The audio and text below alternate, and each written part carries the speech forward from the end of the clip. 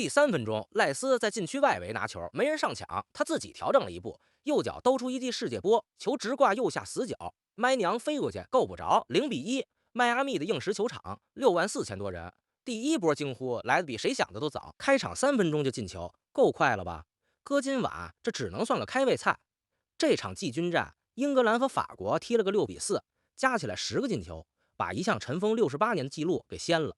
世界杯历史上进球最多的季军战，原纪录是1958年的9个球，那场是法国6-3赢了西德。68年后还是季军战，还是法国，还是6比几，只不过这回法国站在了输的那头。顺手再报一个数，靠这场6-4，英格兰拿到了队史第1个世界杯季军。1966年他们夺冠之后，整整60年，最好的成绩就是2个第4。今晚这批3年前还被骂得狗血淋头的人，把60年来的最佳战绩带回了家。这里头还有一对照，英格兰以前也踢过2次季军战，1990年输给意大利，2018年输给比利时，2回都空手走的。第3次终于把牌子挂在了脖子上。这10个球是怎么进的？一个一个说。先交代下背景，季军战这东西历来姥姥不疼舅舅不爱，决赛的陪衬，输家的加班。这届赛前还有不少声音喊话 FIFA， 干脆把这场取消得了。两边都没心气，踢着没劲。英格兰这边的心气儿倒是被骂出来的。3年前半决赛输给阿根廷，全场就5次射门，图赫尔被英格兰媒体和球迷按在地上摩擦，领先了就龟缩，换下进球的戈登一手好牌守到崩。这位德国教头1年来给英格兰惯的就是防守纪律，半决赛一输，这套哲学连带着他这个人一起被架在火上烤。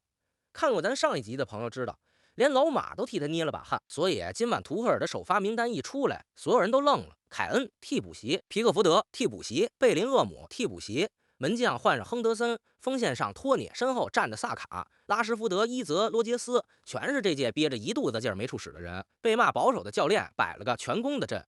另说一句公道话，这批人这届其实一直硬，落后刚果金翻了，10个人打墨西哥赢了，被挪威拖进加时熬赢了，半决赛把卫冕冠军逼得补时。骂声再大，底子在那摆着。法国那边也轮换了几个位置，但有一个人雷打不动，姆巴佩。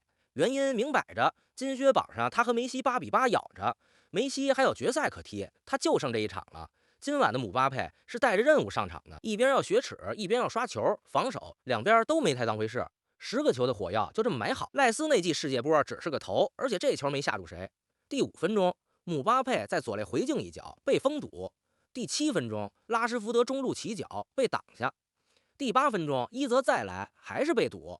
开场10分钟，两边比划了5、6次射门，这不像季军战，这是对攻表演赛。第18分钟，英格兰角球第一波被顶出来，赖斯拿出2次进攻，一记传中掉向中路，中卫孔萨抢在所有人前面，头球砸进右下角，0比2。进球的又是后卫，助攻的又是赖斯。英格兰的定位球战术输，今晚翻开就0。孔萨这个球还有层意思，上一场对阿根廷，他是第72分钟被派上去堵枪眼的中卫，这一场他把名字写上了进球栏。法国不是没还手，第11分钟，切尔基外围一脚被亨德森按住。第22分钟，姆巴佩外围射偏。第28分钟，他反越位又快了半步。第35分钟，拉比奥做球，姆巴佩中路一脚，又被亨德森扑出右下角。轮休上来的英格兰2号门将今晚接住了法国一波接一波的火力，整场下来他扑了5次，比正牌1号门将上一场的活还多。然后是萨卡的时间，第37分钟，英格兰一波连轰，拉什福德禁区左路先射，被麦尼昂挡了一下，萨卡跟上一脚，被人墙堵住，球第3次转回来，还是萨卡左肋左脚一抽，球窜进球门高处，0比3。10几秒里3次射门，法国的防线已经开始漏风。补时第1分钟，伊泽一脚直塞穿透法国防线。萨卡禁区中路冷静推射右下，0比4。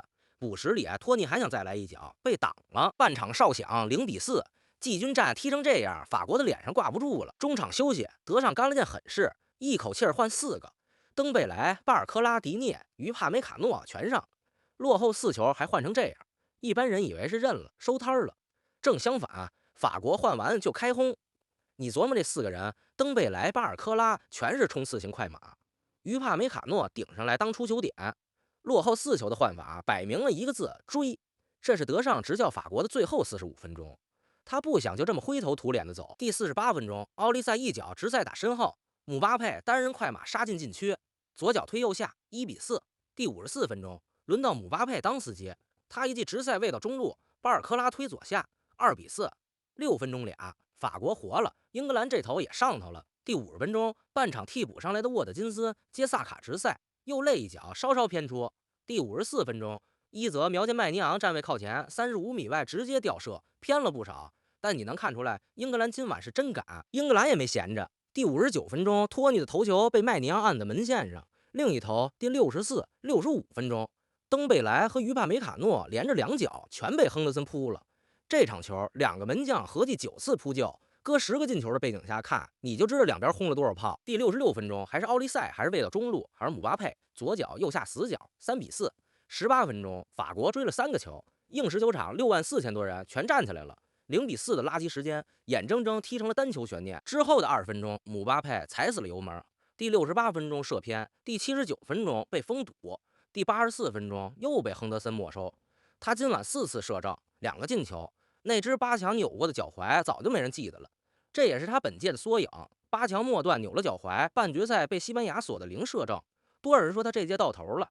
今晚2球1助攻，把质疑一脚踢了回。第79分钟，图赫尔把贝林厄姆放了出来，1分钟后，他的第1脚射门就被麦尼昂按住。英格兰这边夸恩萨伤退，詹姆斯替补登场，比赛还剩最后几分钟，3-4，法国就差1步。这场球最后的3个进球全挤在收官阶段。接着讲之前，老马从3数到1，你正好把底下那个订阅点了，3、2、1。好，接着说，第85分钟转折来了，而且来的有点冤。法国右后卫古斯托禁区里一脚踢在斯宾斯身上点球。第87分钟，萨卡站上12码，左脚推右下3-5，这是他今晚第3个进球，帽子戏法。世界杯的季军战里踢出帽子戏法，这画面本身就够挂进博物馆了。懂英格兰足球的人看这个点球还会多一层感慨。2021年欧洲杯决赛，19岁的萨卡站在温布利的点球点上罚丢了最后一个点球，英格兰输给意大利，他被网暴了一整个夏天。5年后还是大赛，还是点球，他把球稳稳送进死角，顺手带走一个帽子戏法。有些债足球真的会替你还，法国还是不认。补时第6分钟，于帕梅卡诺中场做球，登贝莱反击中杀到中路，左脚推左下，4-5。都补时了，这比赛居然还有单球悬念，可最后一刀还是英格兰的。补时第8分钟，英格兰回手就是一记反击。第79分钟才替补上场的贝林厄姆，中路拿球，右脚推右下，4-6。上一场安静了一整晚的人，用最后一脚把比赛终结。中场哨响，6-4，10个进球，4个来自快速反击，两边0黄牌，一场谁也不设防，谁也不下狠脚，从头轰到尾的裸奔局。数据先摆上，射门19-19，一模一样。射正英格兰11-9，控球54-46，亨德森5次扑救，麦尼昂4次。攻的数据两边全爆表，守的数据全他方。还有一个数悄悄说明问题，犯规。法国14次，英格兰只有8次，强度有，狠劲没有，这就是10个球的土壤。有人要问了，季军战嘛，是不是就是踢着玩？这话对一半，松是真松，两边首发合计换了10来号人，光英格兰就一口气换了8个。防线的默契肉眼可见的吊挡，0黄牌也说明没人往死里防，但拼也是真拼。姆巴佩为了金靴踩满全场油门，萨卡把5年攒的委屈打成帽子戏法，都补时第6分钟了，法国还在追，追完英格兰立马反咬一口。荣誉之战的松是防守强度的松，前场那些人个个玩真的。赛前喊着取消季军战的那批声音，今晚大概不吭声了。史上进球最多的季军战，帽子戏法，金靴冲刺，补时对轰。决赛前一天能看到这么一场，值回票价。这也算给全世界的教练提了个醒，球迷从来不烦季军战，烦的是2支摆烂的队。只要真踢，第3名的比赛照样有人熬夜看。说大家最关心的仗，金靴。赛前姆巴佩和梅西同时8个球，并列榜首。今晚姆巴佩梅开2度，把自己顶到了10个。法国的比赛踢完了，他交卷了，10个进球，外加今晚还有1次助攻。这份卷面搁哪届世界杯都是金靴级的，那金靴就是他的了。先别急，梅西手里还压着一场决赛，8-10差2个，梅西决赛进1个，9-10还差进2个，10-10平了怎么算？金靴的规则一层一层往下拨，进球一样，先比助攻。梅西这届4次，姆巴佩算上今晚为巴尔科拉那届也是4次，这层还是平。再往下比谁出场时间少，梅西整届比姆巴佩少踢1整场球。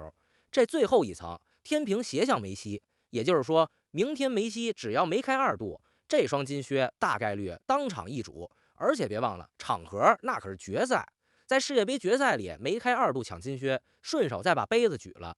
这种剧本足球史都没写过几页，所以今晚这2个球，与其说姆巴佩锁定了金靴，不如说他把一道题拍在了梅西桌上。39岁的老同学，10个球你接不接？顺手把射手榜后面几位也爆了。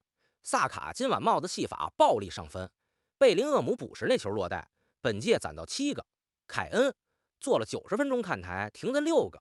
关于他，咱后面单说一句，这场球对英格兰的分量得掰着指头算。1966年，英格兰在自家门口捧起世界杯之后60年，他们回会被寄予厚望，回空手而归。最好的2次，1990年和2018年都停在第4季军，一次都没拿过。今晚是队史头一回，英格兰站上世界杯的领奖台拿到铜牌，60年来离奖杯最近的一次。有人可能撇嘴，1块铜牌而已，至于吗？搁英格兰真至于？这个国家发明了现代足球，办着全世界最热闹的联赛，可国家队的荣誉柜里60年就摆着1966那一座。对别人是安慰奖，对英格兰是荣誉柜60年来添的第1件新东西。更有意思的是，拿到它的方式。3天前，这支队被全英格兰骂成缩头乌龟，5次射门，领先了就往回收。今晚19次射门，11次射正，6个进球。同一批教练组，同一面队旗，松开手刹之后，判若两队。图赫尔这1年挨的骂不少，可他交出的成绩单摆在这儿，60年最佳，骂归骂，仗归仗。还有一句得给凯恩，33岁的队长全程坐在替补席上，看着队友们拿下队史第1个季军，自己1分钟没捞着，射手榜也停在6个。6这个数对凯恩有点宿命的味道。2018年，他正是靠6个进球捧走的金靴。8年过去还是6个球，含金量却是2个世界。图赫尔这个安排，你可以说是保护老将，也可以说是彻底翻篇。凯恩的世界杯故事怎么收尾？这事儿今晚没有答案。最后说法国，开赛前机构和名嘴的夺冠热门榜上，法国排第1，非法排名法国世界第1。上2届世界杯他们1冠1亚，连着2次站在决赛场上。这样一支队，最后的名次是第4，连领奖台边上那块铜牌都没摸着。怎么看？3层。第1层半决赛输的那场才是真败仗，而对手西班牙是法国这3年碰谁都过不去的坎儿，连续第3个夏天倒在同一堵墙上。这笔账咱前天那集算的明明白白。第2层，今晚这场别当实力尺，两边大轮换，荣誉之战放开踢，4个丢球，一半是反击里防线没人回追，真刀真枪的法国不长这样。第3层，法国这届也不是没有收获，姆巴佩10个球领跑金靴，大概率就是本届的射手王。这是法国的体面。再说，姆巴佩才27，2030年他31，法国的故事翻篇不散场。只是有一个人今晚之后就要说再见了。德尚带了法国14年，1座冠军，1个亚军，无数场硬仗。再往前倒，1998年法国第1次捧杯，场上带袖标的队长也是他。作为球员举过1次，作为教练举过1次，这份履历全世界一只手数得过来。他的告别演出是一场4-6，比分说不上体面。可当他转过身去，法国的板凳后面站着的是齐达内的时代，一个时代收了尾，另一个时代在门口候着。法国人难受归难受，慌是不用慌的。好了，季军定了，殿军定了，这届世界杯就剩最后一场球，决赛阿根廷对西班牙，美东7月19号周日下午，台北时间7月20号周一凌晨3点，大都会人寿球场。冠军悬念和金靴悬念全压在同一个晚上。梅西对亚马尔卫冕冠军对青春风暴，外加那道10个球的考题。64年没人卫冕过世界杯，梅西的最后一舞跳到了最后一支曲子。西班牙那边19岁的亚马尔等着接班，阿根廷这边大马丁的手套里还留着4年前决赛的记忆。天亮之前一切都有答案。凌晨3点，老马陪鸟看到这儿的都是真球迷，顺手点个订阅，决赛复盘不见不散。我是第1次看球的老马，咱们下一场见。